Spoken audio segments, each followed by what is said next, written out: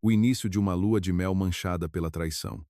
Recém-casados, devíamos estar a partir para a nossa lua de mel na Madeira. No entanto, o meu marido, Duarte Vilar, insistiu em levar a sua secretária, Inês Costa, e não cedeu. Aceitei a sua proposta friamente, sem levantar ondas. Ao chegarem à Madeira, ele percebeu que eu não estava no avião. E o telemóvel, assim que o ligou, empurrou-o para o abismo do desespero. Nas alegrias e tristezas da vida, a verdadeira natureza humana revela-se, e nos encontros, o coração humano é testado dentro dele. Aeroporto Humberto Delgado, Lisboa, Terminal 1, Zona de Partidas Internacionais. Os anúncios de embarque ecoavam repetidamente. Eu estava de pé, com a mão entrelaçada suavemente no braço do meu marido, Duarte Vilar, em frente ao balcão da TAP Air Portugal. No momento em que ele ia entregar os passaportes, tossi ligeiramente. Leonor, tenho de te dizer uma coisa. Quando ele se virou, a manga do seu fato roçou nas costas da minha mão. Havia um tom na sua voz que tentava desesperadamente parecer calmo. É sobre a secretária, a Inês. Há uns documentos urgentes que precisam de ser tratados. Decidi que ela nos vai acompanhar nesta lua de mel. O trabalho ficará despachado durante o voo. Levantei a cabeça e vi a secretária, Inês Costa, a caminhar por entre a multidão. Usava um vestido cor de marfim que se ajustava perfeitamente ao corpo e puxava uma mala de viagem com um design exatamente igual à minha. No rosto dela, pairava uma expressão de desculpa fingida. Senhora Leonor Vilar, peço imensa desculpa. Lamento imenso incomodar a vossa preciosa lua de mel, mas eu e o Dr. Duarte somos os que melhor conhecemos o conteúdo do relatório deste projeto. Se isto se atrasar, pode afetar o financiamento da empresa no próximo mês. Ela disse isto enquanto fazia uma ligeira vênia, mas não conseguia esconder o brilho de triunfo no canto dos olhos. Os passageiros à volta, que esperavam pelo check-in, olhavam para nós com curiosidade. Duarte apertou ligeiramente a minha cintura. Era uma pressão silenciosa para não causar problemas. Levantei ligeiramente os cantos da boca e esbocei um sorriso sereno. Está tudo bem. O trabalho vem primeiro. Ter mais uma pessoa tornará tudo mais animado e divertido, não é? Ao ouvir estas palavras, Duarte soltou um suspiro de alívio visível, e os olhos da Inês brilharam. Ela apressou-se a entregar o seu passaporte ao balcão. Enquanto o funcionário verificava as informações, fingi arrumar a minha mala e mexi rapidamente no ecrã do telemóvel. Para facilitar o check-in, as informações dos bilhetes de avião do Duarte e os meus estavam todas associadas à minha conta. Abri a aplicação oficial da TAP, encontrei o meu histórico de reservas, selecionei o bilhete reservado em meu nome e, sem hesitar, carreguei no botão de cancelamento da reserva. Quando o ecrã de confirmação do sistema apareceu, olhei de soslaio para o Duarte, que falava em voz baixa sobre trabalho com a Inês. Depois, toquei no botão de confirmação sem hesitar. No momento em que a mensagem de cancelamento foi apresentada, abri imediatamente os contactos, procurei os números do Duarte e da Inês, e adicionei-os sucessivamente à lista de números bloqueados. Depois de terminar tudo isto, guardei o telemóvel no bolso.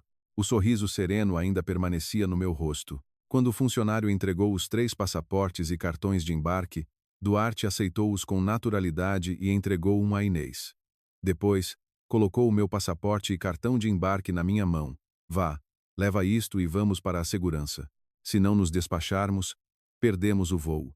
Recebi o passaporte e o cartão de embarque. O toque suave do cartão de embarque, agora sem validade, parecia irônico. Está bem. Assenti e segui-o em direção ao controlo de segurança. Enquanto caminhávamos, Duarte falou sempre de trabalho com a Inês. De vez em quando, virava-se para mim e dizia 2 ou 3 palavras, mas o seu tom soava obrigatório, sem qualquer sentimento. Eu limitava-me a dar respostas vagas. Sabia perfeitamente no meu coração que esta vingança meticulosamente planeada estava apenas a começar. Ao passar pela segurança, Duarte e Inês foram à frente. Atrasei propositadamente o passo, depois de os 2 passarem pelo controlo, dei meia volta e dirigi-me ao balcão de apoio ao cliente ali ao lado. Com licença. Gostaria de solicitar o reembolso de um bilhete de avião. Entreguei o passaporte e o cartão de embarque que já tinha cumprido a sua função.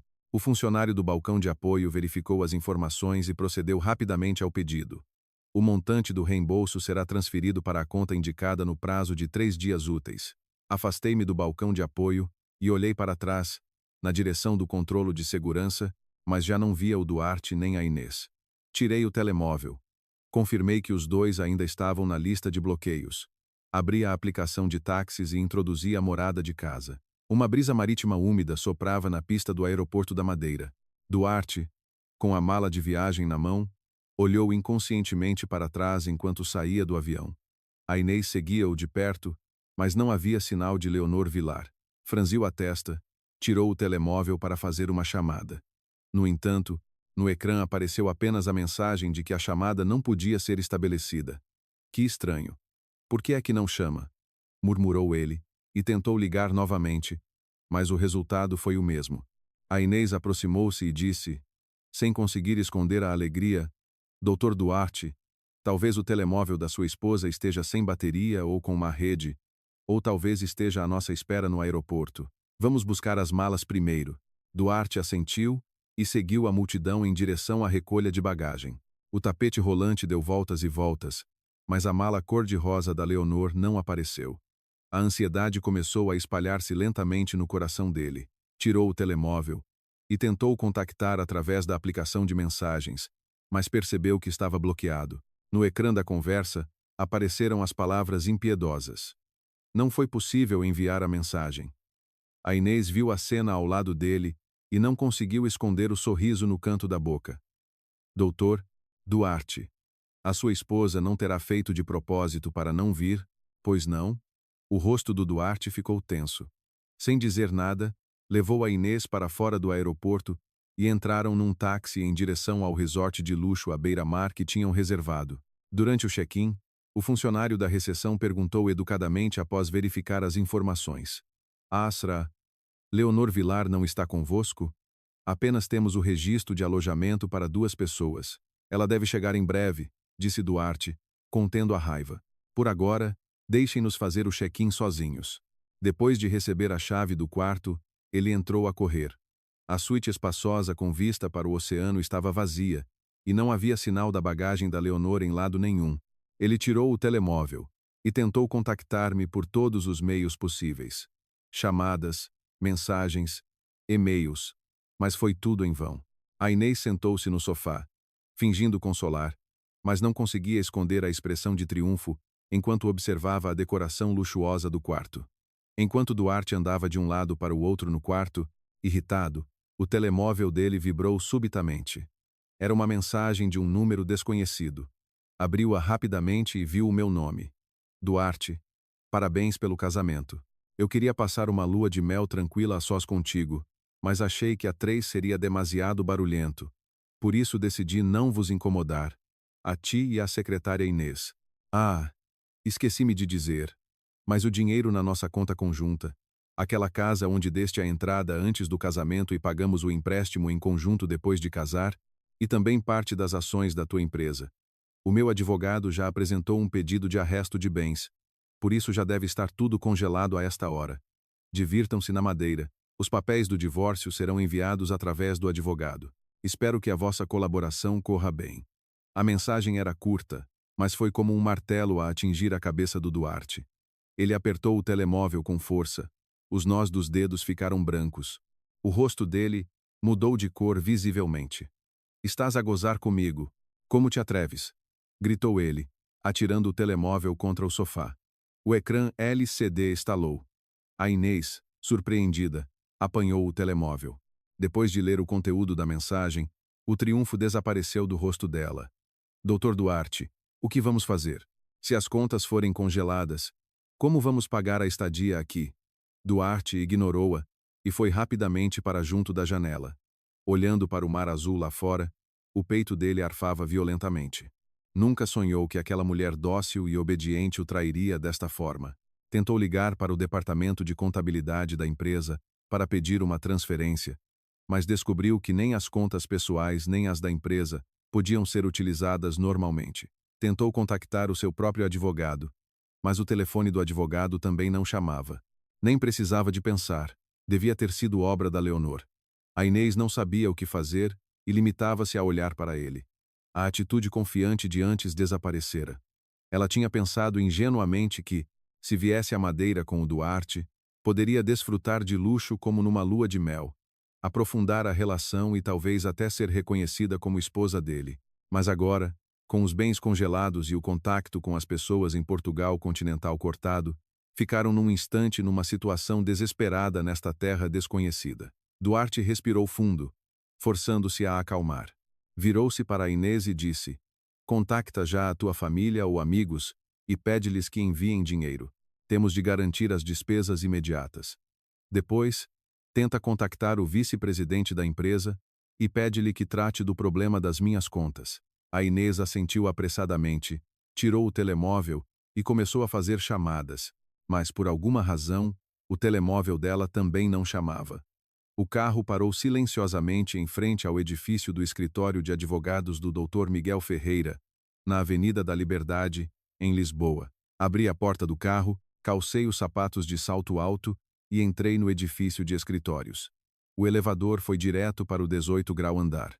Assim que a porta se abriu, a secretária do Dr. Miguel recebeu-me. "Será, Leonor Villar? O Dr. Miguel está à sua espera na sala de reuniões." Guiada pela secretária, entrei na sala de reuniões com isolamento acústico. O Dr. Miguel estava sentado junto à janela a ler documentos. Assim que me viu, levantou-se e convidou-me a sentar. "Será, Leonor, por favor, sente-se." Ofereceu-me uma chávena de chá quente e perguntou: "Tem consigo todos os documentos de que falamos ao telefone?" Assenti. Tirei um dossiê grosso da mala que trazia e coloquei-o em cima da mesa de reuniões. "Está tudo aqui, doutor." Abri o dossiê. A primeira página continha várias fotos íntimas do Duarte e da Inês. Cenas deles abraçados no parque de estacionamento subterrâneo da empresa, imagens capturadas deles a entrar juntos num condomínio de luxo, até registros de entrarem no mesmo quarto de hotel durante viagens de negócios ao estrangeiro. Eram todas provas recolhidas nos últimos 6 meses que demonstravam a ruptura da relação conjugal causada pelo Duarte. O Dr. Miguel pegou nas fotos, analisou-as cuidadosamente e pediu à secretária para as digitalizar e guardar. Continuei a virar as páginas e tirei os extratos bancários e registros de transferências. Este é o fluxo de fundos do Duarte Villar no último ano. Ele transferiu um total de 80 mil euros para a conta pessoal da Inês Costa, sob o pretexto de transações comerciais. E várias transferências de montantes elevados foram feitas para a conta do primo afastado dele, o Tiago Villar, para esconder os bens comuns do casal. Apontei para um registro de transferência de 70 mil euros. Este dinheiro foi transferido no dia do nosso aniversário de casamento. Ele disse que era um reembolso para um cliente, mas na realidade, a Inês Costa comprou um carro novo com esse dinheiro nesse mesmo dia. O Dr. Miguel tomava notas enquanto ouvia e fazia perguntas pertinentes de vez em quando. "Tem provas correspondentes a estes registros de transferência, como registros de conversas ou recibos de despesas?" "Sim, tenho." Tirei outro conjunto de documentos do dossiê. Aqui está o contrato de compra e venda do carro novo da Inês Costa. A conta de pagamento é exatamente a mesma conta onde ela recebeu o dinheiro. E também os registros das conversas deles, na aplicação de mensagens. O conteúdo das conversas indica claramente o destino deste dinheiro. Parte foi para Inês Costa comprar produtos de marca, e outra parte foi para o plano de comprarem uma casa para começarem uma nova vida juntos. Fiz uma pequena pausa e acrescentei: "Estes registros de conversa são originais, sem qualquer alteração, e já foram autenticados em notário." O Dr. Miguel assentiu e organizou os documentos. "As provas são mais do que suficientes. Não falta nada para provar a infidelidade e a ocultação maliciosa de bens por parte do Sr. Duarte. Vamos avançar com o processo de divórcio formal no tribunal e, simultaneamente, apresentar um pedido de providência cautelar de arresto de bens, para garantir que ele não possa movimentar mais ativos." Ele abriu o portátil e mostrou a petição inicial de divórcio que tinha preparado previamente. "Por favor, verifique. Veja se há algo a corrigir na parte dos pedidos." Aproximei-me para ler e a petição indicava claramente o pedido de sentença de divórcio, a não partilha ou partilha reduzida de bens a favor do Duarte na divisão dos bens comuns do casal, o pagamento de uma indemnização por danos morais e a devolução dos lucros obtidos ilegalmente pela Inês. Não é necessário corrigir nada. Está tudo de acordo com os meus pedidos. Depois de assinar, devolvi a petição ao Dr. Miguel. Em relação ao pedido de arresto de bens, o Dr. Miguel continuou. Já solicitamos ao tribunal o congelamento de todas as contas bancárias, imóveis, veículos e ações da empresa em nome do Sr. Duarte. O tribunal já emitiu o despacho e a execução deve ter começado nas entidades competentes. Ele entregou-me uma cópia do despacho. Pode ficar descansada. Todos os ativos atualmente em nome dele estão congelados e não é possível realizar qualquer transação ou transferência. Recebi o despacho. Passei o dedo pelo selo do tribunal, mas não senti qualquer emoção. Nesse momento, o telemóvel do Dr. Miguel tocou.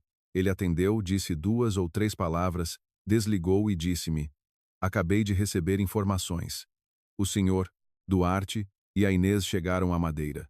Parece que perceberam que você não chegou e estão a tentar desesperadamente contactá-la, mas todos os meios de comunicação estão cortados. E parece que tentaram pagar o hotel com cartão de crédito e perceberam que as contas estavam congeladas. Devem estar em pânico agora. Bebi um gole do chá quente que estava em cima da mesa e esbocei um sorriso frio. Deixá-los confusos durante algum tempo também é bom. A verdadeira diversão está prestes a começar. O doutor Miguel sorriu e disse: vamos avançar com o processo de divórcio e a investigação de bens em paralelo. Se tiver novas provas, contacte-me a qualquer altura. E sobre a situação da empresa do Sr. Duarte, vamos envolver especialistas para verificar minuciosamente se há bens comuns que tenham escapado. Levantei-me e apertei a mão ao Dr. Miguel. Obrigada pelo seu trabalho. Conto consigo. Ao sair do escritório de advogados, o sol estava forte. Levantei a cabeça, olhei para o céu azul, tirei o telemóvel e marquei um número. Sim, sou eu. Investigue a situação financeira recente da empresa do Duarte Vilar, especialmente os projetos que ele geria diretamente. Se houver algo suspeito, informe-me imediatamente. A empresa do Duarte, Vilar Tech, ficava no último andar de um dos edifícios de escritórios mais movimentados de Lisboa, nas Amoreiras. Quando parei em frente à recepção, a funcionária ficou visivelmente confusa. Será Leonor? O que faz aqui? Havia hesitação no rosto dela. Provavelmente não esperava que eu aparecesse na empresa àquela hora. Vim convocar uma Assembleia Geral Extraordinária. Mostrei a convocatória da Assembleia Geral Extraordinária que tinha preparado previamente. Lá estava a minha assinatura como acionista detentora de 30% das ações e a base legal para a convocatória de acordo com os estatutos da empresa. A funcionária da recepção não podia perder tempo e ligou rapidamente para o secretário da administração. Em menos de 2 minutos, o secretário chegou a correr do elevador, atrapalhado. O rosto dele mostrava sentimentos complexos. Sarah Leonor, convocar uma Assembleia Geral Extraordinária assim de repente. Informou o Dr. Duarte previamente? Sim, informei. Só achei que ele não estaria em condições de atender o telefone agora. Sorri ligeiramente e segui o secretário até a sala de reuniões da administração no último andar da empresa. Já estavam sentados à volta da mesa de reuniões 4 outros administradores com expressões desconfiadas. Todos tinham recebido a notificação da reunião extraordinária depois do almoço e não sabiam nada sobre o conteúdo da reunião. Sentei-me no lugar dos acionistas e liguei o meu portátil ao projetor da sala de reuniões. Senhores administradores, convoquei esta Assembleia Geral Extraordinária de urgência para relatar 2 assuntos importantes. Olhei em volta e fixei o olhar no administrador financeiro, Sr. Cior. O primeiro ponto da ordem de trabalhos é sobre a situação financeira da empresa no último ano. Preparei um relatório de auditoria detalhado. Por favor, vejam. Cliquei no rato e o ecrã mostrou imediatamente uma série de dados e gráficos. Estes são 1.800.000 euros que o Dr. Duarte levantou das contas da empresa sob o pretexto de investimento em projetos. Na realidade, este dinheiro não foi usado em nenhum projeto. Foi transferido para empresas de fachada geridas pessoalmente por ele. Apontei para um dos registros de transferência de montante elevado. E aqui, ele abusou do seu poder para ceder patentes de tecnologia inovadora da empresa a empresas associadas a preços baixos, obtendo lucros privados. Isto causou um prejuízo direto de pelo menos 1.200.000 euros à empresa. A sala de reuniões ficou em alvoroço. Os administradores começaram a sussurrar entre si. O administrador Silva ajustou os óculos e perguntou: Seara, Leonor, estes dados são verdadeiros? Nos relatórios financeiros que vimos anteriormente, não havia estes registros. Claro que são verdadeiros. Tirei o relatório de auditoria original do dossiê e distribuí-o pelos administradores. Este relatório foi elaborado por uma das principais empresas de contabilidade do país. Todos os fluxos de fundos são rastreáveis.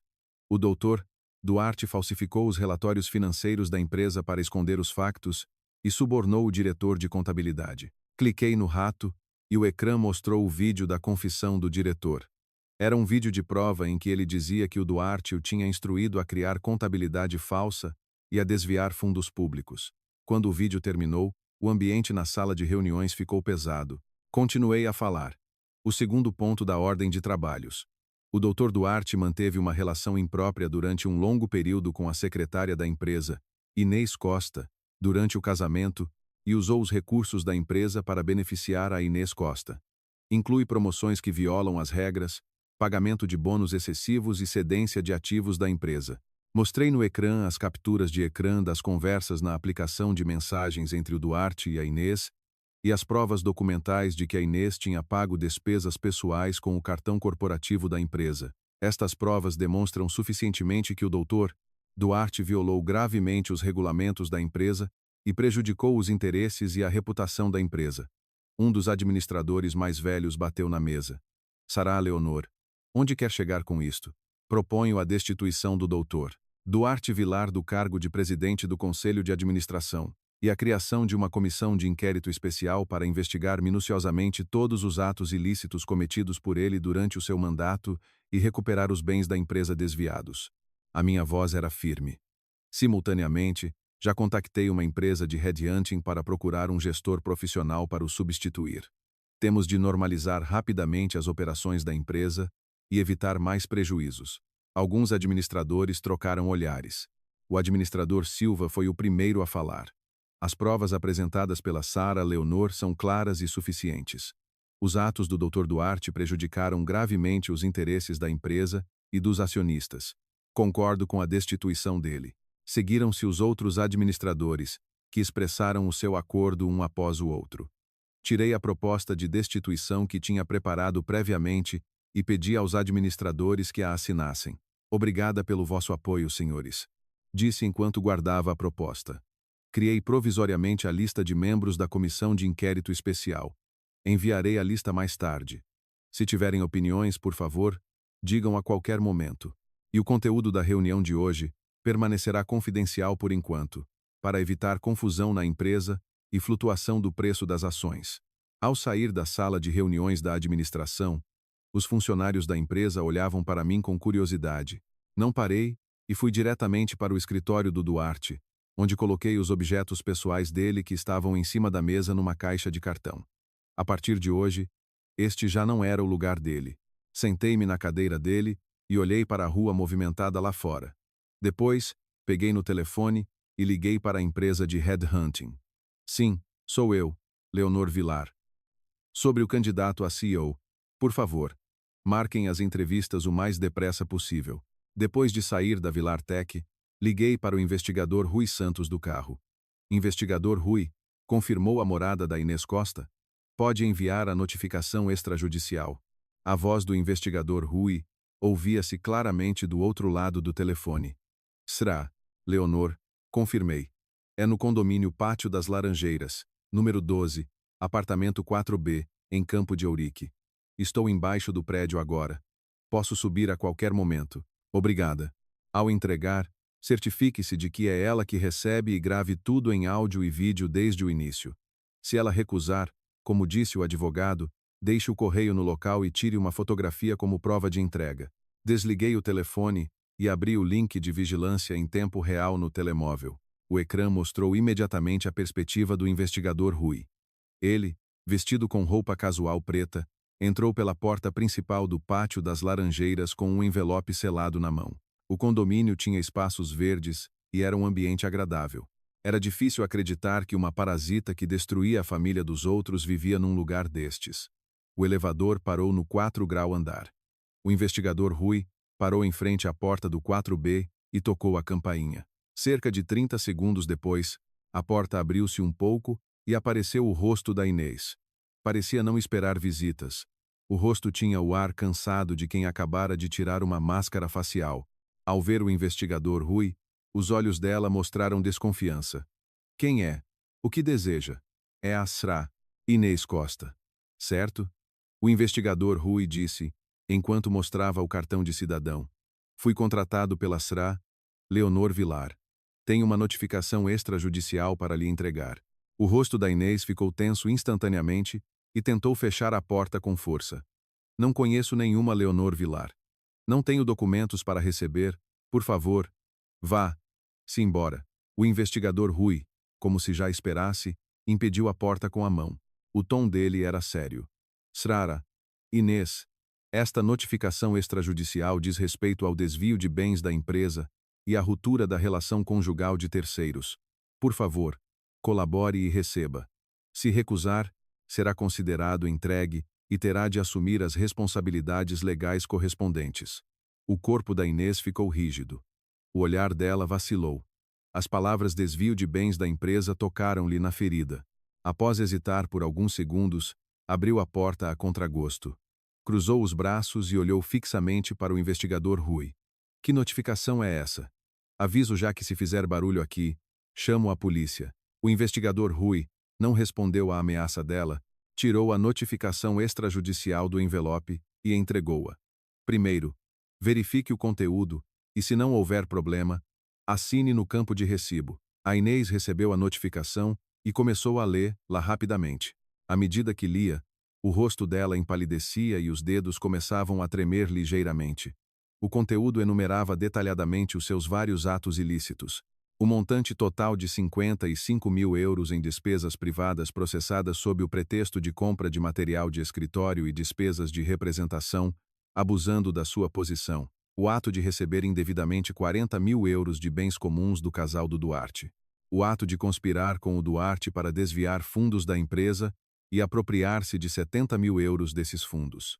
O ato de manter uma relação imprópria de longa duração com o Duarte, que era casado, destruindo a família de terceiros. No final do documento, exigia-se claramente que a Inês devolvesse todo o rendimento ilegal, no total de 165 mil euros, no prazo de 7 dias, caso contrário, seriam tomadas medidas legais e seria responsabilizada criminalmente. Isto é tudo mentira. A Inês levantou a cabeça de repente. A voz tremia. Este dinheiro foi todo dado voluntariamente pelo Dr. Duarte. É o pagamento pelo meu trabalho. Não é rendimento ilegal. Se é rendimento ilegal ou não, não é você que decide. O investigador Rui tirou um gravador e mostrou-o. Temos os recibos originais de quando processou as despesas privadas, os registros de transferência bancária e todos os registros das conversas na aplicação de mensagens com o Sr. Duarte. São provas irrefutáveis. Se não concorda com o conteúdo da notificação, resolva através de processos legais. Mas antes disso, tem de devolver o montante em questão conforme exigido. A Inês descontrolou-se completamente, atirou a notificação para o chão e gritou: Não vou assinar nada. Não vou devolver o dinheiro. Isto foi tudo tramado por aquela mulher, a Leonor Vilar. Ela tem inveja de mim. Sra. Inês, acalme-se. O investigador Rui baixou-se e apanhou a notificação. Os seus atos já podem ser ilegais. Se continuar com esta atitude não cooperante, chamarei imediatamente a polícia e avançarei com um processo judicial. Nesse caso, além de devolver o dinheiro, pode ser condenada à pena de prisão. O corpo da Inês oscilou. Os olhos dela estavam cheios de terror e desespero. Ela percebeu que as provas que o investigador Rui tinha eram suficientes para a destruir socialmente. Ela olhou fixamente para a notificação na mão do investigador Rui e ficou em silêncio por muito tempo. No final, cerrou os dentes, pegou na caneta e rabiscou o nome no campo do recibo. Fez tanta força que a ponta da caneta quase rasgou o papel. O investigador Rui guardou o documento assinado, confirmou que a gravação de áudio e vídeo estava guardada corretamente e finalmente virou costas e foi-se embora. Depois de sair da porta principal do condomínio, enviou-me uma mensagem. Sra. Leonor. A notificação extrajudicial foi entregue com sucesso. A própria Inês Costa assinou e tudo foi gravado em áudio e vídeo. 10 horas da manhã. sede do Banco Millennium BCP em Lisboa. Não havia muita gente, mas estava organizado. Eu usava um fato de saia cor de marfim que se ajustava ao corpo e entrei na área de atendimento a clientes VIP. Disse o meu nome e a gerente Ana Lopes, responsável pelo atendimento, aproximou-se logo com um sorriso. Srandoa Leonor, estávamos à sua espera. Os documentos que solicitou estão todos preparados. Ela guiou-me para uma sala de atendimento privada e ofereceu-me uma chávena de chá quente. No outro dia, disse ao telefone que desejava a partilha e transferência dos bens comuns do casal. Tem consigo todos os documentos legais relacionados? Assenti e tirei do dossiê o despacho de arresto de bens, a notificação de recessão do processo de divórcio, a lista de bens comuns do casal e o rascunho da partilha assinado pelo Dr. Miguel, colocando-os um a um sobre a larga mesa de vidro. Gerente Ana, são tudo originais. Por favor, verifique. A gerente Ana pôs os óculos de leitura e verificou os documentos um a um cuidadosamente, passando o dedo pelo monitor de vez em quando para comparar com as informações do sistema. Sentei-me no sofá em frente e olhei para o ecrã eletrônico na parede. O ecrã mostrava anúncios de produtos financeiros do banco. Mas toda a minha atenção estava concentrada na transferência de ativos à minha frente. Este dinheiro incluía as minhas poupanças de antes do casamento, o rendimento da empresa depois do casamento e parte da herança deixada pelos meus pais. Não podia permitir de forma alguma que o Duarte o usasse para fins ilícitos. Sratru Leonor, os documentos estão todos perfeitos e em conformidade com os regulamentos. A gerente Ana pousou os documentos e disse-me: no entanto, há um assunto que devo informar. Todas as contas em nome do senhor Duarte Vilar, ou seja, a conta ordenado, as contas de produtos financeiros, os depósitos a prazo e até o cartão de crédito familiar associado ao seu, foram congeladas ontem pelo tribunal. Atualmente, é possível depositar, mas é impossível levantar dinheiro. Ela fez uma pequena pausa e acrescentou: e segundo o que verificamos, o senhor Duarte tentou pagar o hotel na Madeira com cartão de crédito, mas foi recusado devido ao congelamento da conta. E a seguir tentou pedir adiantamentos de dinheiro elevados 3 vezes, mas falhou todas as vezes. Bebi um gole do chá. Um sorriso frio apareceu no canto da minha boca. Eu sei. O pedido de congelamento foi feito por mim. Fiz sinal à gerente Ana para continuar. Então, por favor, transfira a minha parte para a minha conta pessoal o mais rapidamente possível, conforme o conteúdo do documento. A gerente Ana assentiu e começou a operar o computador. Enquanto teclava, informava-me do progresso. Será a Leonor. Na vossa conta conjunta existem 6 milhões euros em depósitos à ordem. Com base na partilha, a sua parte é de 3 milhões euros. Vou transferir agora. Quando ela carregou no botão de confirmação, recebi imediatamente uma mensagem de notificação de depósito do banco no meu telemóvel. Vi os números aparecerem nitidamente no ecrã. E há um depósito a prazo de 12 milhões euros há 3 anos em nome dos dois. Faltam 2 meses para o vencimento. Mas se cancelar antecipadamente, haverá alguma perda de juros. Deseja transferir agora? Sim. Por favor, imediatamente. Respondi sem hesitar. A perda de juros não era um problema. Separar os ativos de forma rápida e clara era mais importante. Enquanto a gerente Ana preparava o procedimento de transferência do depósito a prazo, a porta da sala de atendimento abriu-se de repente e um homem vestido com o uniforme de segurança do banco entrou apressado e sussurrou algo ao ouvido da gerente Ana. A expressão da gerente Ana ficou um pouco tensa e pediu-me desculpa. Será Leonor, peço imensa desculpa. Importa-se de esperar um pouco? Tenho de tratar de um assunto lá fora. Assenti e vi a gerente Ana sair apressada. Uma dúvida surgiu no meu coração. Pouco depois, ouvi vozes altas de discussão vindas do átrio do banco. A voz de um dos homens estava cheia de raiva e impaciência evidentes. Apesar do vidro grosso que nos separava, percebi que a voz era do primo do Duarte, Tiago Vilar, que o tinha ajudado a esconder os bens. Levantei-me, aproximei-me da porta da sala de atendimento e espreitei para o átrio através do vidro. O Tiago apontava o dedo ao nariz do funcionário do balcão e gritava: quem é que vocês pensam que são para congelar a minha conta? Eu não tenho nada a ver com o Duarte Vilar. Restaurem a minha conta imediatamente. Se não, faço queixa ao Banco de Portugal. Ele usava um casaco amarrotado. O cabelo estava despenteado e o rosto cheio de insatisfação. Já havia curiosos reunidos à volta. A gerente Ana tentava dialogar com ele, mantendo a voz o mais calma possível. Senhor Tiago Vilar, a sua conta foi congelada porque foram confirmados vestígios de múltiplas transferências de fundos elevados feitas pelo Sr. Duarte Vilar para a sua conta. Há suspeitas de ocultação maliciosa de bens comuns do casal. Está claramente incluído como conta relacionada no despacho de congelamento do tribunal. Ela tentou entregar uma cópia do despacho ao Tiago. São os documentos legais relacionados. Por favor, veja. Que despacho? Quero lá saber. O Tiago afastou a mão da gerente Ana com violência e os documentos espalharam-se pelo chão. Aquele dinheiro foi o Duarte que me emprestou. Não tem nada a ver com os bens daquele casal. Se não restaurarem a conta, não saio daqui. Dito isto, sentou-se no chão, numa pose de quem faz birra. Franzi a testa e voltei para o sofá. Enviei uma mensagem ao Dr. Miguel a explicar a situação brevemente. Poucos minutos depois, recebi uma resposta do Dr. Miguel. Sra. Leonor, a conta do Tiago Vilar foi uma rota importante para a ocultação de bens do Duarte Vilar, sem dúvida. Já temos provas da colaboração dele na ocultação de bens. Diga ao banco para tratar do assunto conforme os regulamentos, sem preocupações. Se for necessário, o tribunal pode intervir diretamente. Ao receber a mensagem, fiquei aliviada. Nesse momento, a gerente Ana voltou à sala de atendimento. O rosto dela mostrava uma expressão de desculpa. Sra. Leonor, peço imensa desculpa por ter presenciado esta cena desagradável. Não faz mal. Abanei a cabeça. Tratem do assunto do Sr. Tiago Vilar conforme os regulamentos. Vamos continuar o nosso trabalho. A gerente Ana concordou. Voltou para a frente do computador e continuou o trabalho. Sandy, Leonor, a transferência do depósito a prazo é um processo um pouco complexo e requer a aprovação da sede.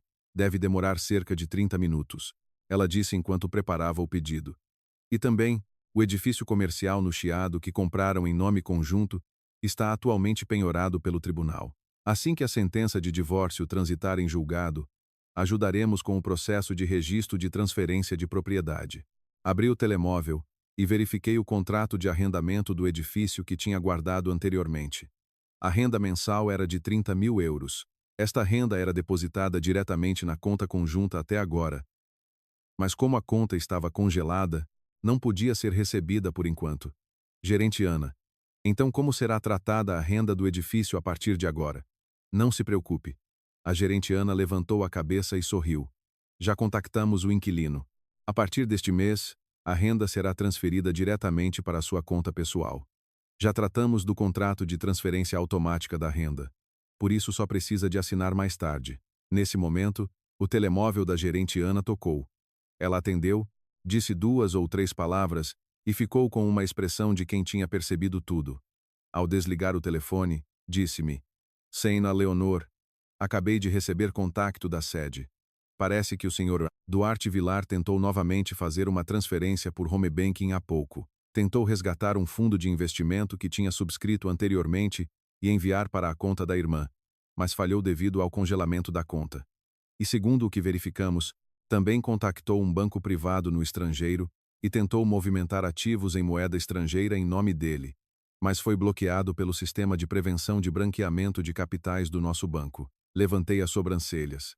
Não esperava que o Duarte continuasse a resistir inutilmente nesta altura. Ele devia estar na Madeira. Como é que acedeu ao home banking? Provavelmente através da aplicação móvel. A gerente Ana explicou. No entanto, todas as tentativas de transação dele são monitorizadas em tempo real pelo sistema. Qualquer tentativa que envolva a transferência de fundos aciona imediatamente o sistema de congelamento, e nós já suspendemos temporariamente as funcionalidades de transferência do home banking e da aplicação móvel dele. Só resta a funcionalidade de consulta. Agora ele só pode olhar para o dinheiro na conta. Não consegue mover nem um cêntimo. Enquanto falávamos, a mensagem de conclusão da aprovação apareceu no ecrã do computador da gerente Ana. Sra. Leonor, o processo de transferência do depósito está concluído. Ela imprimiu o comprovativo de transferência e colocou-o à minha frente. Por favor, verifique se o montante está correto e assine aqui. Recebi o comprovativo e verifiquei cuidadosamente. Os 12 milhões euros do depósito a prazo, menos a perda de juros pelo cancelamento antecipado, resultavam em 11.900.000 euros. Com base na partilha, a minha parte era de 5.950.000 euros. Juntamente com os 3 milhões euros transferidos anteriormente e os 180.000 euros de rendas do edifício dos últimos 6 meses, o total era de 9.130.000 euros. Não faltava nem um cêntimo.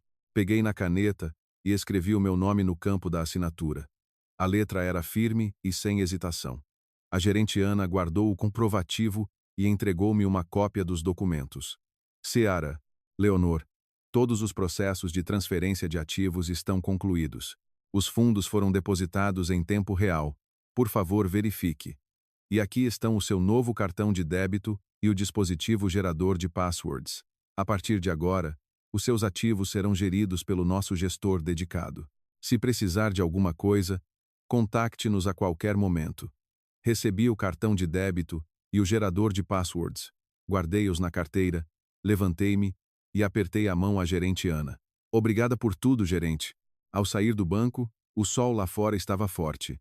Levantei a cabeça, olhei para o céu azul e verifiquei o saldo da conta no telemóvel. O número 9.130.000 euros aparecia nitidamente no ecrã. Nesse momento, recebi outra mensagem do Dr. Miguel. Será, Leonor, o Tiago Vilar causou distúrbios no banco e foi detido pela segurança. Contactamos a polícia e ele será responsabilizado também pelo ato de colaboração na ocultação de bens do Duarte Vilar. O sol da tarde na Madeira iluminava o quarto de hotel através da grande janela. Mas o rosto do Duarte estava mais escuro do que nuvens cinzentas. Ele virou a mala de viagem do avesso e alinhou tudo o que parecia ter valor no tapete. Um relógio Patek Philippe, um colar Cartier e um Rolex de edição limitada. Eram todos artigos de luxo que ele exibia orgulhosamente. Agora, eram a sua única tábua de salvação. Se juntar tudo isto, deve valer pelo menos 300.000 euros. Deve ser suficiente para pagar a viagem de volta para Lisboa. Duarte pegou no relógio Patek Philippe, limpou cuidadosamente o pó do mostrador e disse com uma tênue esperança. A Inês estava sentada no sofá ao lado, a olhar para ele com preocupação. Mas não conhecemos ninguém aqui. Como vamos vender? Deve haver uma loja de compra de artigos de luxo no hotel. Se não houver, podemos pedir ao guia turístico. Duarte disse isto e ia tirar o telemóvel para procurar compradores nas proximidades. Mas nesse momento, o ecrã do telemóvel mostrou uma mensagem do hotel. Senhor Duarte Vilar, a suíte presidencial onde está hospedado foi alvo de um arresto provisório com base na procuração da Sara Leonor Vilar. Para retirar quaisquer objetos de valor do quarto, é necessário apresentar uma autorização da Sara Leonor Vilar. Além disso, por ter violado as regras de reserva e alterado unilateralmente os hóspedes, terá de pagar uma multa de 15.000 euros, correspondente a 3 vezes o valor normal. Se não pagar no prazo de 24 horas, tomaremos medidas legais. As mãos do Duarte tremeram violentamente e o telemóvel escorregou para o tapete. Impossível. Como é que ela preparou até isto? Gritou ele. Baixou-se para apanhar o telemóvel e ligou loucamente para a recepção do hotel. Quando atenderam, ele gritou com a funcionária. Quem é que vocês pensam que são para arrestar as minhas coisas? Devolvam-me já os meus relógios. E o colar? Sim, Vilar. Isto baseia-se no contrato de procuração que a ASA Leonor celebrou previamente conosco. Também recebemos uma caução suficiente. A voz da funcionária da recepção era calma e firme. O contrato estipula claramente que, se o cliente tentar retirar objetos de valor do quarto durante a estadia, temos o direito de os arrestar. E, por favor, trate rapidamente do assunto da multa. Caso contrário, teremos de chamar a polícia. Ao desligar o telefone, Duarte tremia de raiva. Virou-se para a Inês. É tudo culpa tua. Se não tivesses insistido em vir, isto não teria acontecido. A Inês ficou com os olhos vermelhos com os gritos dele e ripostou. Não foi o Dr. Duarte que me quis trazer? Agora que há problemas, a culpa é toda minha? Os dois começaram rapidamente a culpar-se mutuamente e a discutir. O quarto encheu-se de vozes altas e do som de coisas a serem atiradas. Depois de discutirem um bocado, Duarte recuperou um pouco a calma. Percebeu que não era a altura para estarem a discutir um com o outro. Tinham de arranjar dinheiro de alguma forma. Lembrou-se de que tinha deixado uma obra de arte valiosa guardada no cofre do hotel anteriormente. Tinha comprado num leilão no ano passado, e era uma peça de valor considerável. Levantou-se imediatamente e correu para o cofre do hotel. Mas quando chegou ao cofre, o funcionário informou-o de que a obra de arte também estava sob arresto provisório com base na procuração da Ceia Leonor. Senhor Vilar, fomos informados de que esta obra de arte é um bem comum do casal e que ninguém pode retirar, lá sem autorização até que a partilha de bens do divórcio esteja concluída. O funcionário mostrou uma cópia do contrato de procuração ao Duarte. Lá estava a assinatura da Leonor. Duarte viu o contrato e ficou com a vista escura, quase desmaiou. Nunca sonhou que a Leonor bloquearia todas as suas rotas de fuga até este ponto. De volta ao quarto, Duarte sentou-se no chão. Olhou para os artigos de luxo arrestados. Lembrou-se da multa elevada e uma sensação de desespero invadiu-o de repente. A Inês aproximou-se dele e disse a chorar: "O que vai ser de nós agora? Vamos ficar mesmo presos aqui?" Duarte não conseguia dizer nada. Tirou o telemóvel e ligou para alguns amigos próximos para pedir ajuda. Mas os telefones não chamavam ou, se atendiam a contragosto, desligavam com uma desculpa qualquer. Só nessa altura é que ele percebeu. A Leonor não só tinha congelado os ativos dele, como também já devia ter contactado os amigos dele. Nesse momento, ouviu-se uma batida na porta do quarto. 2 homens vestidos com uniforme de segurança do hotel entraram. "Senhor Vilar, o prazo para pagamento da multa expirou. Pode pagar agora?" Duarte olhou para eles. Os olhos dele estavam cheios de raiva e impotência. "Não tenho dinheiro agora. Não podem esperar uns dias? Lamentamos, senhor. Apenas estamos a seguir os regulamentos", disse um dos seguranças. "Se não for possível pagar, teremos de o entregar à polícia local." Dito isto, tiraram algemas e fizeram menção de o prender. Duarte recuou com medo. E a Inês ficou ainda mais assustada, escondendo-se num canto da parede a tremer. O carro atravessou a cidade de Lisboa e seguiu por estradas sinuosas em direção a Sintra. 30 minutos depois, uma paisagem familiar e antiga apareceu. Muros de pedra e telhados tradicionais, a árvore antiga em frente ao portão ainda estava verdejante. Parei o carro. Peguei no embrulho com o presente que tinha preparado e empurrei o portão de madeira que estava ligeiramente aberto. "Quem é?" A voz da minha sogra veio da cozinha, juntamente com o som de uma faca a cortar algo. Caminhei até a frente da cozinha e, vendo a minha sogra atarefada com o avental, chamei-a suavemente. "Minha sogra." A minha sogra virou-se e, ao ver-me, parou por um instante. A faca que tinha na mão parou no ar. "Leonor, o que fazes aqui? Tu e o Duarte não tinham ido para a Madeira em lua de mel? Vim falar convosco." Entrei na cozinha, tirei a faca da mão da minha sogra e ajudei-a a pôr os legumes cortados numa travessa. "O Duarte ainda está na Madeira. Eu não fui com ele." Nesse momento, o meu sogro saiu da sala com o jornal na mão. Tinha uma expressão desconfiada no rosto. "O que se passa? Por que não foste na lua de mel que já estava marcada? O Duarte voltou a fazer-te sofrer?" Abanei a cabeça, pousei o que tinha nas mãos, tirei o dossiê da mala e sentei-me à mesa da sala de jantar. "Meu sogro, minha sogra, por favor, sentem-se. Tenho uma conversa importante." Os meus sogros entreolharam-se e sentaram-se à minha frente. Abri o dossiê e mostrei-lhes primeiro as várias fotos íntimas do Duarte e da Inês. "Meu sogro, minha sogra, o Duarte traiu-me. A outra pessoa é a secretária dele, a Inês Costa. Estas fotos foram recolhidas nos últimos 6 meses e há provas de que viviam juntos." A minha sogra pegou nas fotos. À medida que via, o rosto dela ficava tenso e os dedos tremiam ligeiramente. "Que filho estúpido! Como é que o educamos para isto? Casado e a trair. É a vergonha da família Vilar." O meu sogro olhava para as fotos em silêncio, com a testa franzida. O rosto dele estava lívido. Continuei e tirei as provas de que o Duarte tinha escondido bens e desviado fundos públicos. "Não é só isso. O Duarte escondeu bens comuns do casal sob vários pretextos e até desviou fundos da empresa para comprar coisas para a Inês Costa, e até lhe comprou uma casa. Estes são os registros bancários e o relatório de auditoria. Provam os atos dele." O meu sogro recebeu o relatório de auditoria, pôs os óculos de leitura e leu atentamente. À medida que lia, a raiva parecia aumentar. De repente, bateu com o relatório na mesa. "Este inútil, como é que pude ter um filho assim? Desvio de fundos públicos da prisão. Meu sogro, minha sogra. Já apresentei o processo de divórcio no tribunal e também já pedi o arresto de bens. Agora todas as contas do Duarte estão congeladas. Olhei para os meus sogros e disse com voz sincera: hoje vim aqui não para me queixar. Apenas queria contar-vos a verdade. Sei bem que vocês me trataram como se fosse vossa verdadeira filha.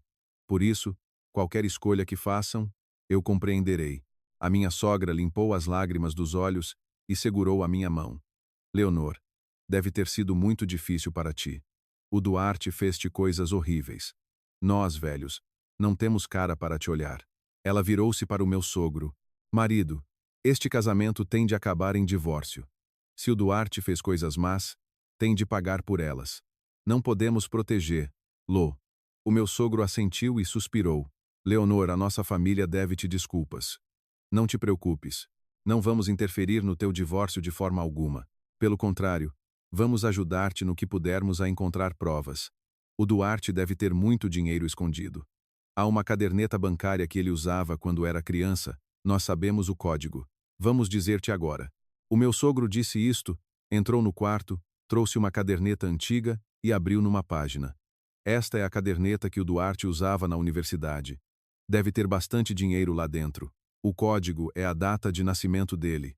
E também, na gaveta do escritório desta casa há uma caixa de metal.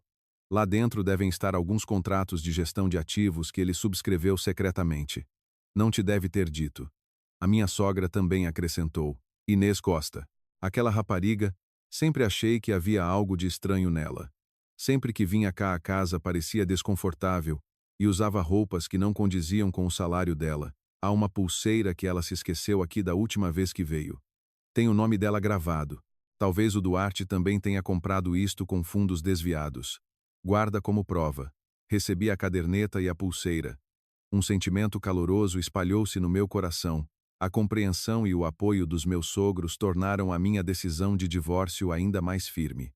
Guardei bem as provas e disse aos meus pais: meu sogro, minha sogra, obrigada. Aconteça o que acontecer no futuro, considero-vos como meus verdadeiros pais. Não digas disparates. Nós é que temos de agradecer. A minha sogra deu umas palmadinhas na minha mão. O Duarte não ter dado valor a uma boa rapariga como tu é uma perda para ele. Se um dia encontrares alguém bom, nós também te apoiaremos. Almocei com os meus sogros. Durante a refeição, contaram muitas histórias do Duarte em criança, mas nas entrelinhas notava-se a decepção e a dor no coração. Depois da refeição, ajudei a arrumar a louça, e quando me preparava para ir embora, os meus sogros acompanharam-me até ao portão. A minha sogra disse repetidamente: Leonor, cuida bem de ti daqui para frente. Se tiveres algum problema, diz-nos. Estamos sempre do teu lado. Assenti. Os meus olhos ficaram úmidos. Aeroporto Humberto Delgado, Lisboa, átrio de chegadas. Eu estava sentada num lugar junto à janela no lounge VIP, com um café gelado na mão. Através do vidro, via um avião da TAP proveniente da Madeira a mover-se lentamente na pista. O ecrã do telemóvel brilhou. Era uma mensagem enviada pela polícia do aeroporto. Pessoas-alvo aterraram. Atualmente a passar pelo controlo de passaportes. Pousei a chávena de café, levantei-me e desloquei-me para um canto discreto perto da entrada do lounge. Era um lugar de onde podia ver claramente o movimento na porta de chegadas. Pouco depois, vi o Duarte e a Inês a caminhar um atrás do outro. O Duarte usava um fato amarrotado e as mangas estavam enrugadas. O cabelo estava despenteado e os olhos vermelhos. A figura confiante de antes desaparecera. O estado da Inês era ainda pior. O vestido cor de marfim estava cheio de pó e a maquilhagem no rosto estava desfeita. As pálpebras estavam inchadas, e ela segurava apenas uma pequena mala de mão. Não se via a mala de viagem com o mesmo design que a minha. Os dois caminhavam muito devagar, e o Duarte apoiava-se na parede de vez em quando e tossia. A Inês seguia-o de perto, olhando à volta com olhos assustados. Quando saíram da porta de chegadas e tentavam encontrar alguém que os fosse buscar, exatamente nesse momento, vários homens vestidos a civil cercaram-nos, mostrando os distintivos. Senhor Duarte Vilar, somos da Polícia Judiciária. Estamos a investigá-lo por suspeita de peculato e administração danosa. Pedimos que nos acompanhe à esquadra. A voz do polícia, que parecia ser o líder, era séria e tinha um mandado na mão. O rosto do Duarte ficou branco instantaneamente. Recuou um passo inconscientemente e tentou fugir. Do que estão a falar? Eu não cometi nenhum crime. Isto é um engano. Ele olhou para trás, enviando um olhar de pedido de ajuda a Inês, mas a Inês já estava a ser imobilizada por outros 2 polícias. Será? Inês Costa. Você é suspeita de ajudar Duarte Vilar a ocultar bens da empresa e de infringir os direitos legais de terceiros. Também virá conosco à esquadra para prestar declarações. A Inês perdeu a força nas pernas com o medo e quase desmaiou. As lágrimas começaram a correr instantaneamente. Não é verdade. Eu só fiz o que o doutor Duarte me mandou. Eu não tenho nada a ver com isto. Ela tentou empurrar os polícias, mas foi firmemente segurada. Os viajantes à volta pararam, tiraram os telemóveis e começaram a tirar fotos e a gravar vídeos. O burburinho ouvia-se de todo o lado. Duarte ficou com o rosto pálido ao ver os curiosos. Nunca na sua vida tinha passado por uma vergonha destas. Vamos levar. Lu, o polícia deixou de falar com eles, tirou as algemas e ia colocá-las no Duarte. Duarte debateu-se, mas de repente o seu olhar cruzou-se com o meu, que estava de pé na entrada do lounge VIP. Ele gritou na minha direção, como se eu fosse uma tábua de salvação. Leonor, Leonor, por favor, ajuda-me. Eu errei. Vamos cancelar o divórcio. Devolve-me os meus bens e explica à polícia. Eu permaneci no mesmo lugar, a olhar para ele friamente. Não me comovi nem um pouco. Os gritos dele tornavam-se cada vez mais altos, misturados com choros desesperados. Leonor, eu errei mesmo. Não devia ter traído, nem devia ter escondido bens. Por favor, dá-me só mais uma oportunidade. Vamos começar de novo. O polícia puxou-o com impaciência. Cale-se e venha. Duarte foi levado à força, mas continuou a olhar para trás na minha direção. Os olhos dele estavam cheios de arrependimento e súplica. A Inês estava tão assustada que não conseguia dizer uma palavra e foi levada pelos polícias. Ao virar a esquina, ela sentou-se de repente no chão e começou a chorar. Mas foi levantada pelos polícias e arrastada. Depois de ver as costas deles a serem colocados no carro da polícia, virei costas, voltei ao lounge VIP e sentei-me novamente. Nesse momento, recebi uma mensagem do Dr. Miguel no telemóvel. A polícia já garantiu provas suficientes. Os factos de peculato e administração danosa do Sr. Duarte Vilar são claros, e será difícil para a cúmplice, Inês Costa, escapar à punição. Agora é só esperar pela decisão judicial. Respondi entendido e pousei o telemóvel. Bebi um gole do café gelado que estava em cima da mesa. O amargor do café espalhou-se na língua, mas a minha cabeça sentia-se mais clara. O fim trágico do Duarte e da Inês foi tudo provocado por eles próprios. Se o Duarte tivesse sido fiel ao casamento e cumprido o seu dever, se a Inês tivesse tido o mínimo de vergonha e não tivesse cobiçado o que não era dela, as coisas não teriam chegado a este ponto hoje. O anúncio de embarque voltou a tocar no sistema de som do lounge VIP. Verifiquei as horas, levantei-me e peguei na mala. Era hora de ir para o tribunal de família para a mediação do divórcio. A porta da sala de mediação do tribunal abriu-se e o Duarte entrou, vestido com roupa de prisioneiro e acompanhado por um guarda prisional. O cabelo dele estava cortado curto, o rosto estava magro e os olhos estavam cheios de cansaço e ansiedade em vez da arrogância de antes. Ao ver-me sentada na cadeira em frente, o corpo dele ficou tenso por um instante e foi sentado pelo guarda no lugar em frente ao meu. O mediador sentou-se no lugar central e folheou os documentos à sua frente. Senhor Vilar, Senhor Vilar, Vilar.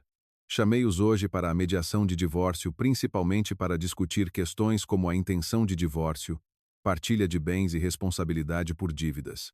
Primeiro gostaria de ouvir as opiniões de cada um. Duarte falou imediatamente. A voz estava um pouco rouca. Senhor mediador, eu não me quero divorciar. Eu sei que errei. Não devia ter traído, nem devia ter escondido bens. Estou realmente arrependido agora. Leonor, por favor, não me podes dar só mais uma oportunidade? Temos tantos anos de história. Não podemos acabar assim. Ele virou-se para mim. Os olhos estavam cheios de súplica. Se me perdoares, eu mudo tudo. Entrego-te todas as ações da empresa e ponho todos os bens em teu nome. Por favor, só não te divorcies de mim. Peguei no copo de água que estava em cima da mesa e bebi um pequeno gole. Não olhei para ele e disse apenas ao mediador. Senhor mediador, Não concordo com a mediação. Desejo o divórcio. O senhor Duarte Vilar cometeu infidelidade durante o casamento, ocultou maliciosamente os bens comuns do casal e é ainda suspeito de crimes econômicos. Já não resta qualquer sentimento entre nós. Leonor, eu errei mesmo. Duarte levantou a voz, ansioso. Eu estou na prisão agora, perdi a empresa e a Inês Costa também foi punida. Já estou a pagar o preço pelos meus erros. Por favor, tem pena de mim e dá-me só mais uma oportunidade. O mediador bateu na mesa e fê-lo calar.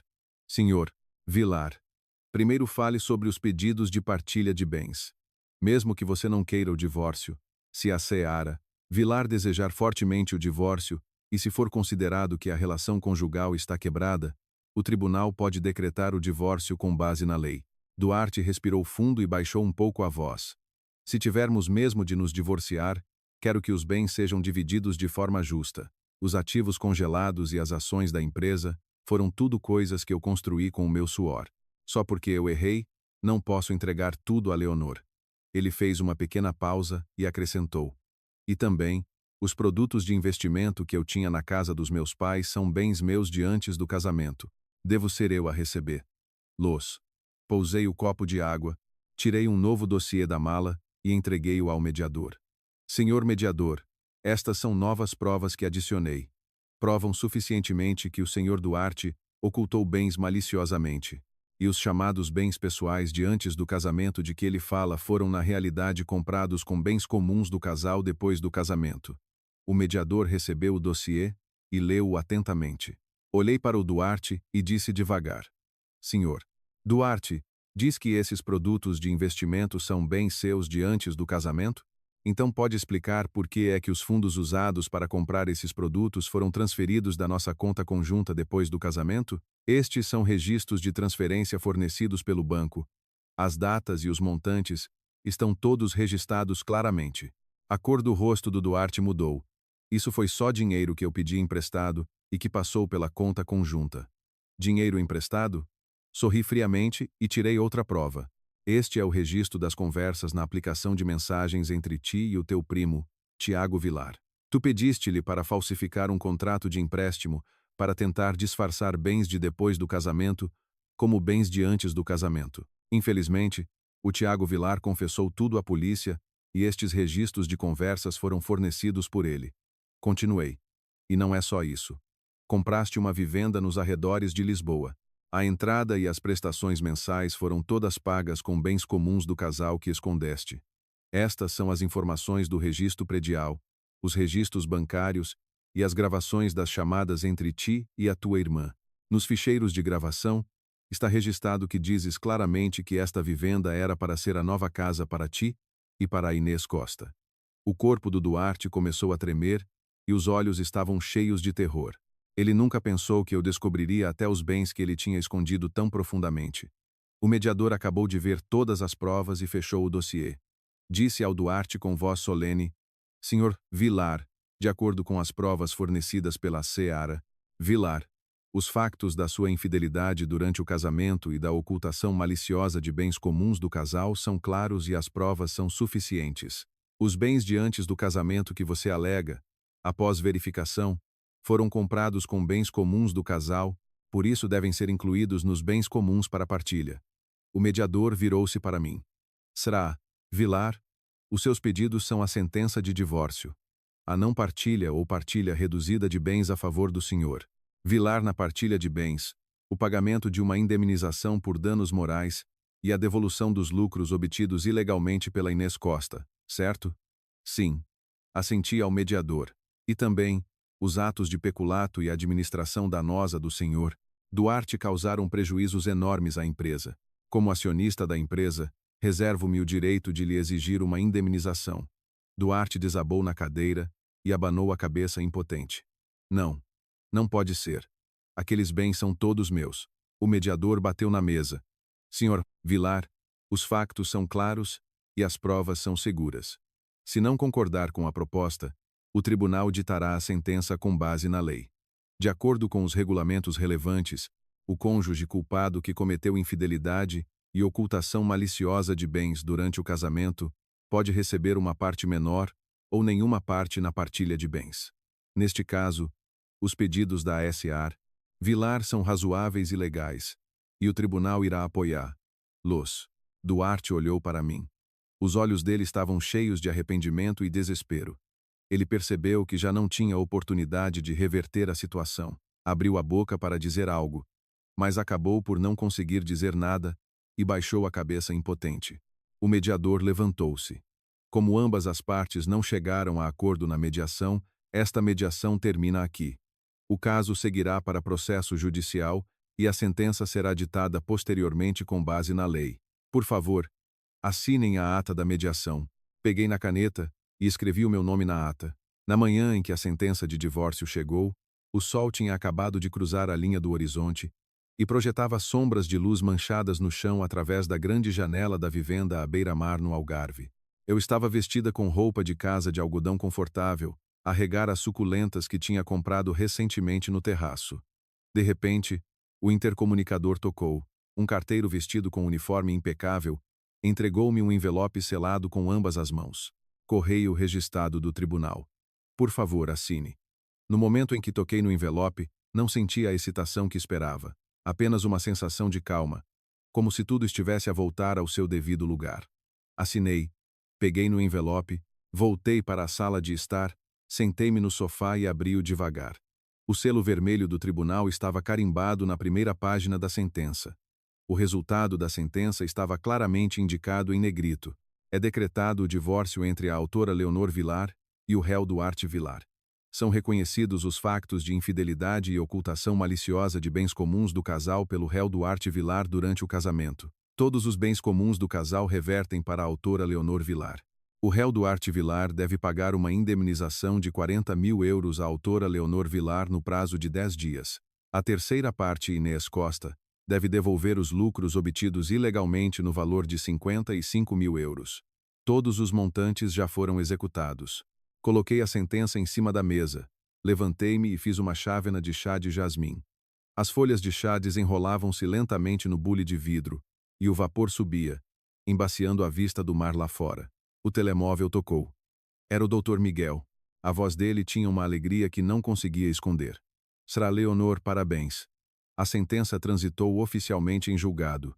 Todos os bens foram transferidos para a sua conta com base na sentença. O edifício comercial no Chiado que estava em nome do Sr. Duarte, os produtos financeiros e depósitos que estavam congelados, e até os 30% das ações da Vilartec, agora está tudo em seu nome.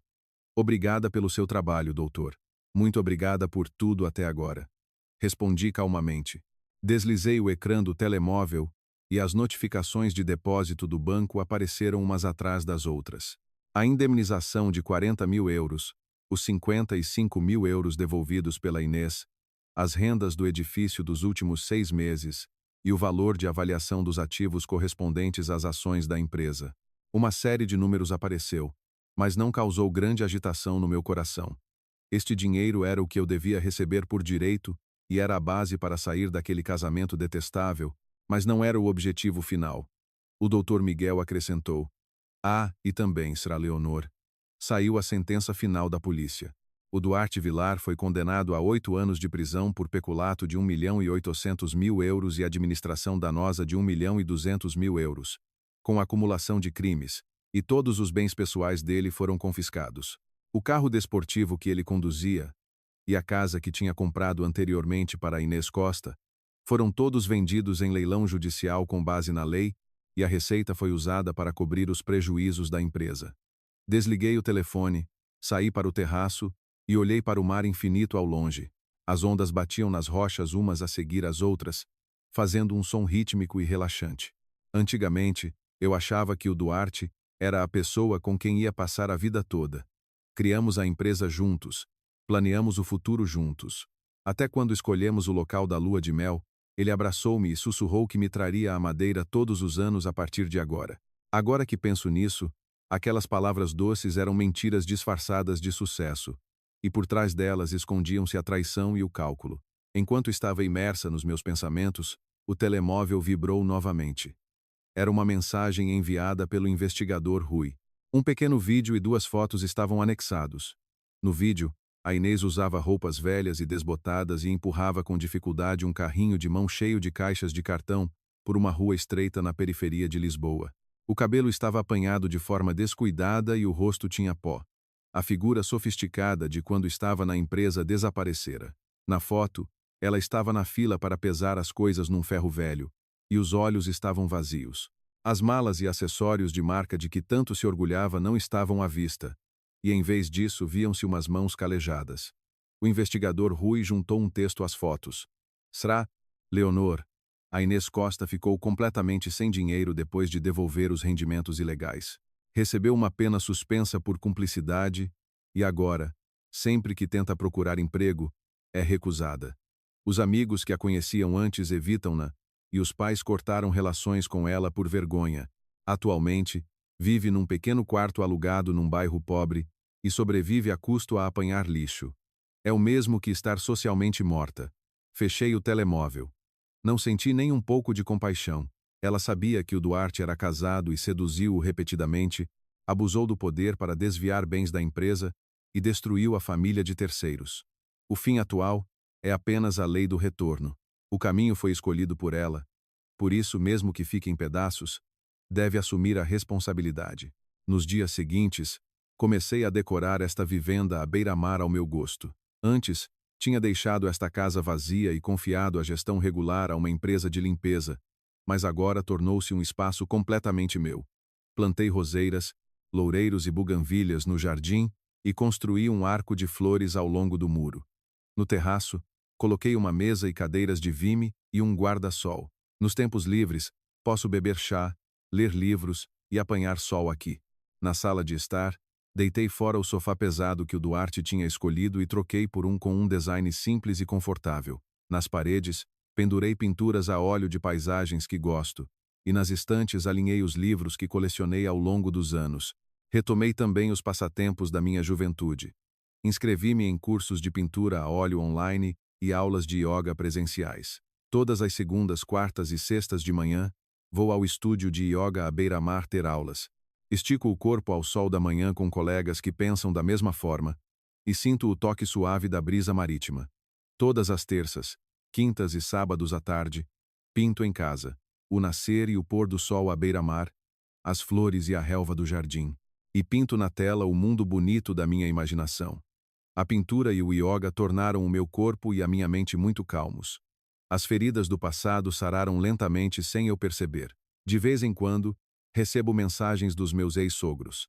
Eles já não me aconselham a perdoar o Duarte. Apenas partilham pequenos detalhes do dia a dia, como a árvore antiga do jardim que voltou a dar flores, ou o filho do vizinho que entrou na universidade. Uma vez, a minha ex-sogra enviou-me uma foto do Duarte na prisão. Na foto, ele usava roupa de prisioneiro, tinha o cabelo cortado curto e o olhar estava bastante calmo.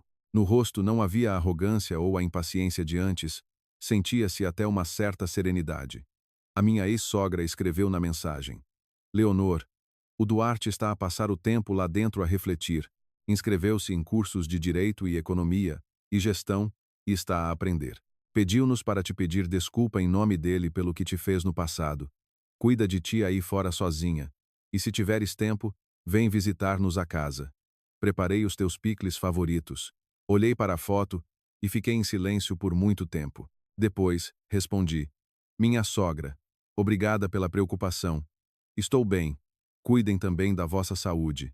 Quando tiver tempo, irei visitar-vos. Eles sempre me trataram como uma verdadeira filha. Só porque o Duarte cometeu erros, não devo direcionar a minha raiva para eles. Mas algumas feridas já foram feitas e algumas relações nunca mais voltarão a ser o que eram. Manter uma distância adequada é provavelmente a melhor escolha. Além de organizar a minha vida, comecei a planear o meu próprio negócio.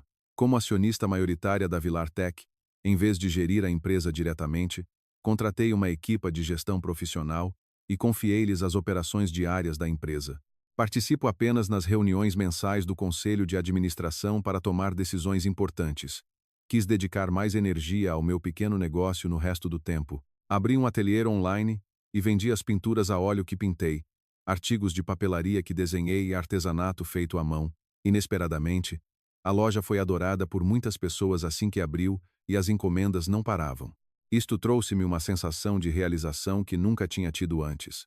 Esta sensação de realização não dependia de ninguém. Nascia do meu próprio esforço e talento. Nos tempos livres, levava o cavalete e ia desenhar para a beira-mar. Olhava para as ondas, a areia, os barcos de pesca e passava as paisagens bonitas à minha frente para a tela, uma a uma.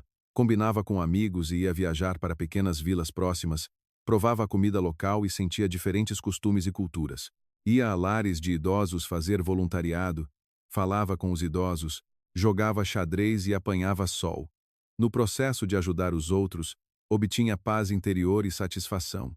Num fim de tarde, estava sentada no terraço a ver o sol pôr-se lentamente no mar. O céu estava tingido de cores vibrantes e as nuvens pareciam estar a arder, era de cortar a respiração. Peguei num copo de vinho e bebi um pequeno gole. De repente, recebi uma notificação de notícias no telemóvel. O título era: ex-CEO da Vilar Tech Duarte Vilar condenado a 8 anos de prisão por crimes econômicos, ex-secretária Inês Costa socialmente morta, sobrevive a apanhar lixo. A notícia relatava detalhadamente os factos criminosos e o resultado da sentença do Duarte e anexava fotos da vida atual da Inês. A secção de comentários estava cheia de suspiros. Uns diziam que era a lei do retorno, outros diziam que as pessoas não devem ser demasiado gananciosas. Fechei a notícia. Não houve qualquer agitação no meu coração. O fim do Duarte e da Inês foi provocado por eles próprios. Se o Duarte tivesse sido fiel ao casamento e cumprido os limites da lei, se a Inês tivesse mantido a fronteira moral e não tivesse cobiçado o que não era dela, eles não teriam chegado a este ponto hoje. E eu passei pela traição e cálculo deste casamento. Mas não fui destruída. Pelo contrário, tornei-me uma pessoa mais forte e independente. A noite caiu, e a brisa marítima tornou-se um pouco fria. Puxei o chale que tinha sobre os ombros. A vivenda estava em silêncio, ouvia-se apenas o tic-tac do relógio na parede. Olhei para o céu estrelado lá fora. As estrelas emitiam uma luz tênue, iluminando o céu noturno escuro como breu. Este casamento falhado foi como um pesadelo. Agora, finalmente acordei desse pesadelo. Finalmente posso viver como quero. Já não preciso de ceder por ninguém, nem preciso de ter cuidado para manter uma paz superficial. O futuro ainda é longo. Não sei o que vou encontrar, mas sei que já tenho a coragem e a confiança para enfrentar tudo. Continuarei a desfrutar dos meus passatempos, a gerir bem o meu negócio e a valorizar-me a mim e às pessoas à minha volta. Viverei uma vida tranquila e livre nesta vivenda à beira-mar. Talvez um dia encontre alguém que me valorize verdadeiramente. Talvez viva sozinha assim para sempre. Mas aconteça o que acontecer, valorizar-me-ei a mim mesma e saborearei a beleza da vida ao máximo. As pessoas que me magoaram acabarão por ser esquecidas no tempo. Essa dor acabará por ser lavada pelos anos, e eu caminharei firmemente passo a passo no caminho da vida com esta paz e força, e receberei o meu amanhã mais brilhante.